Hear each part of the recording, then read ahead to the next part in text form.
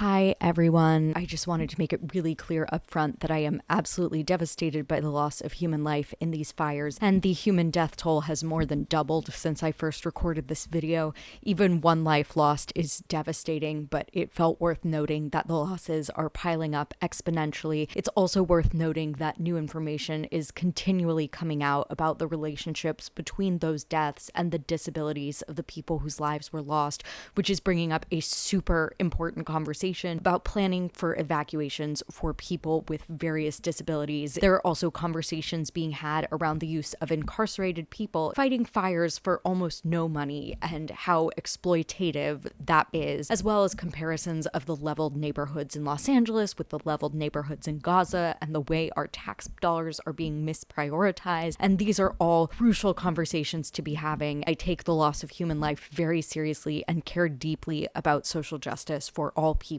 However, my master's degree is in animal welfare, so that is the only subject on which I feel qualified to actively give in-depth advice. That is what I personally studied, so that's what I'm talking about in this video. My focus on non-human animal preparedness is by no means meant to diminish the importance of human life or any of the other tragic social issues correctly tied up in discussion of these fires, and I will include links in the description to people more qualified to speak on those subjects than I am. I'm gonna try and edit this into something coherent because I'm still a little frazzled and a little rambly right now.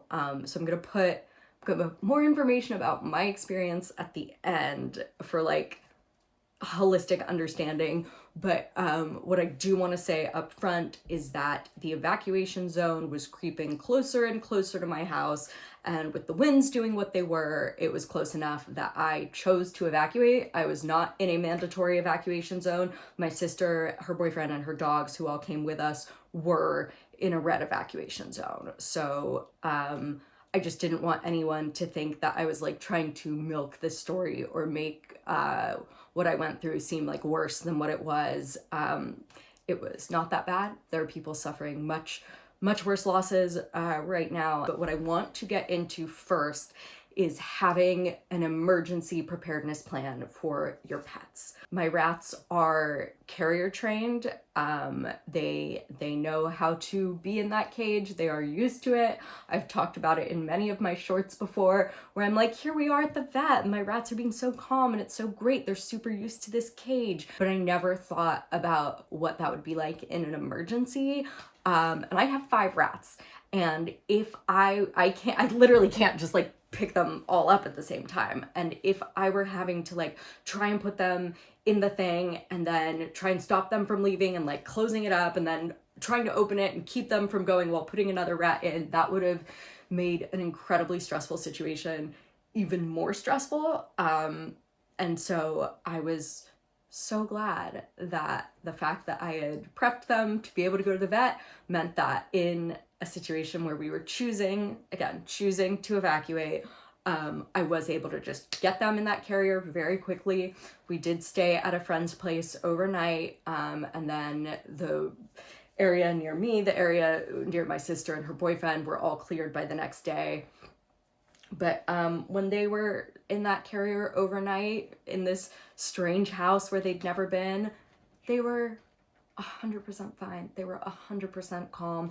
And again, small potatoes, but just having that peace of mind of like, oh, they're okay. They're calm. That was just like one less thing for me to worry about. There are certain things I haven't done that I'm trying to rectify now. Like, for example, I don't have a little doggy face mask, and I should right now because there's literally ash falling from the sky in my neighborhood. I am trying to procure one, but I'm sure as heck gonna have one in the future because much like, you know, I've talked about testing the pavement with your hand to see if it's too hot for your hand, it's too hot for little puppy feet. Similarly, I have lungs, he has lungs. If I'm wearing a mask to protect myself, he should be wearing a mask to protect himself. I don't know how that's gonna go because I don't know if he'll let me keep it on him, but that's the kind of thing that I want to at least plan for. So if you have small animals, especially small mammals, because I'm not super experienced with reptiles, but you know, mice, hamsters, rabbits, guinea pigs, whatever you have, get them used to going in a carrier, get them used to going in a smaller travel cage so that if you are in a situation where you are evacuating, especially if it's an even scarier, more high stakes situation than I'm in, like the one my sister and her boyfriend were in, where it's like, we're going now.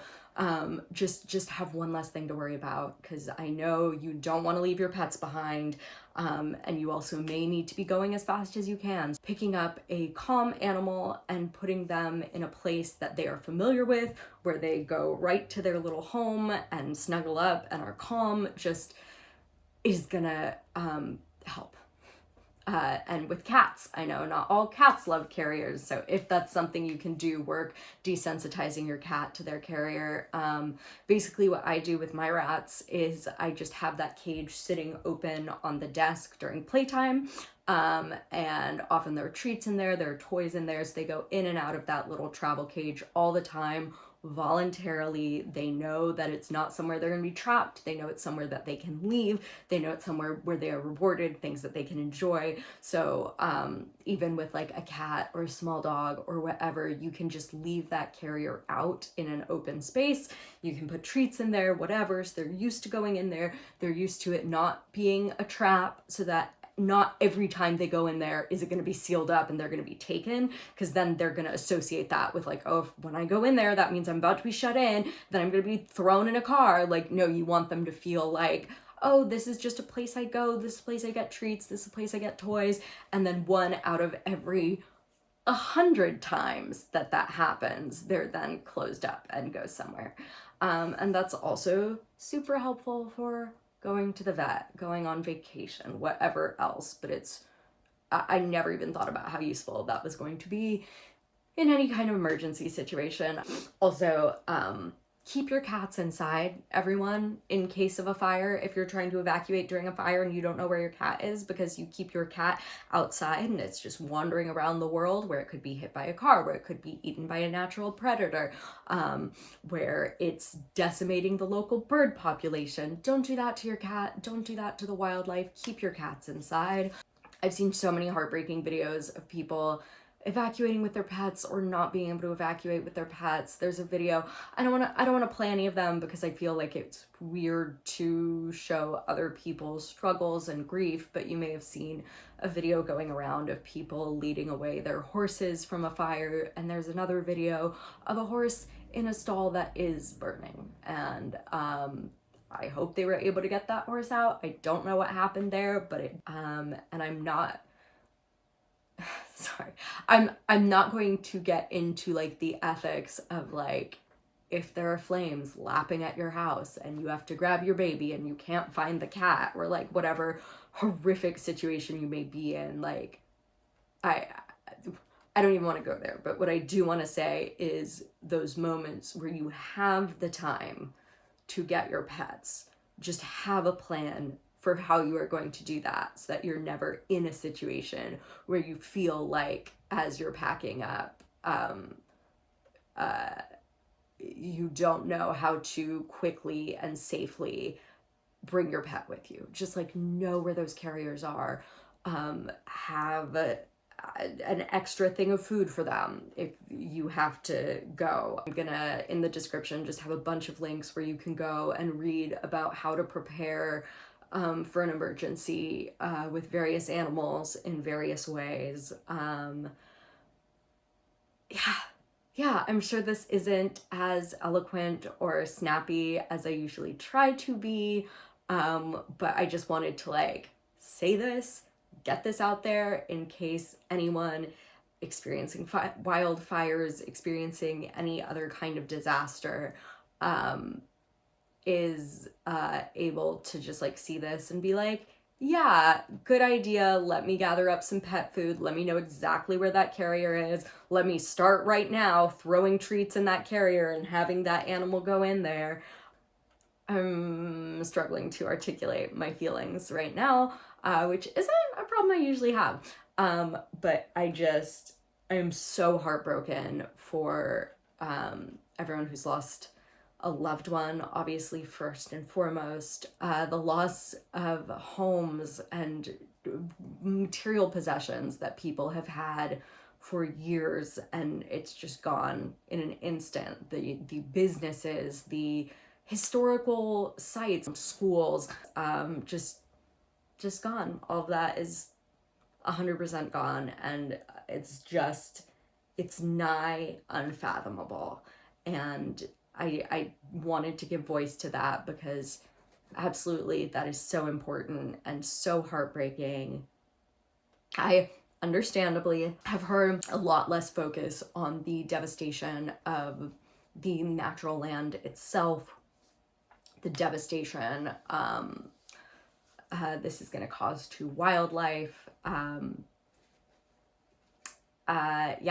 It's I haven't even seen really numbers talking about that or trying to calculate that yet, and they may be out there and I just haven't seen them. But I I always struggle because like on certain neighborhood groups lately, like there's been a lot of talk of like how many coyotes had been in our neighborhoods lately. We've seen bobcats in our neighborhood lately, and people are like, the coyotes are eating all our pets. And I'm like, yes, and that's horrific. Please keep your cats inside so that the coyotes aren't eating your cats. But also, like, the coyotes are coming further and further into the city because we are further and further developing into the wilderness, and they have nowhere else to go. So that creates more human-wildlife conflict, because then as the coyotes are eating our companion animals, obviously that is hurtful for people, and then there's retaliation against the coyotes who are just trying to survive in this very difficult landscape for them, and that is so difficult. You may remember the story of P22, the mountain lion. That is an animal that we saw in my neighborhood, and his story is really tragic. And he was, driven out. He crossed a freeway, wound up isolated, eventually was hit by a car and started killing pets. I mean, it was horrific all around. And one thing I haven't heard people talk about yet, and I understand why, because there is huge amounts of tragedy going on, but there is also the tragedy that we are losing vast amounts of undeveloped land right now. And that means a lot of our local wildlife, again, bobcats, mountain lions, deer, those are mule deer, squirrels, rats. I know they're an invasive species, but obviously I love them. But the best case scenario for those animals right now, the worst case scenario is that they perish in these fires. And the best case scenario for them is that the fires are then driving them out of those few remaining wild spaces and into our cities. And I saw just this absolutely heartbreaking video of a juvenile deer running from the fires through a suburban neighborhood. So on the animal side, and again, I'm not saying that non-human animal life is more valuable than human life. I'm not dismissing the huge loss of property, of history. The part of the tragedy related to my expertise is the loss of more of the few remaining wild spaces in this stolen land. And there are some very interesting and important conversations going on right now about how these invasive plants like palm trees are what catch fire so easily and allow fire to just tear through, and the importance of native stewardship of the land and returning back to planting native plants that may be more drought resistant, that may be more fire resistant. But in the meantime, if you live in California, obviously first and foremost is the safety of your family, the safety of your pets, rebuilding your lives, rebuilding your homes. But I want people to be aware and prepared that you may find yourself sharing your neighborhood with those animals who are lucky enough to escape the fires. Where you may get to a place where we need to be even more careful about trying not to create vehicular collisions with these animals who are now moving further into our neighborhood. Be super careful with our pets. I have a small dog literally for weeks now because of how many coyotes are moving into my neighborhood. Like anytime he's outside, I am right on top of him. Like I really am. Like I have hyper awareness of everything. So just make sure that as these predators move into your neighborhoods, you are watching your pets and keeping them safe, and also respect where respect is due. None of these animals have any malicious intent. They are not villains. They are just trying to survive on a planet that our species is making increasingly uninhabitable. So if you can both protect the animals you love from our local wildlife and also understand that our local wildlife is also going through a severe tragedy right now, and in addition to not knowing how people and businesses are going to rebuild, I very much worry about the process of rewilding the wild spaces that we're losing and how we're going to restore this habitat for these creatures and how we're going to coexist with animals moving further into our cities. If any good comes out of this, I hope that it is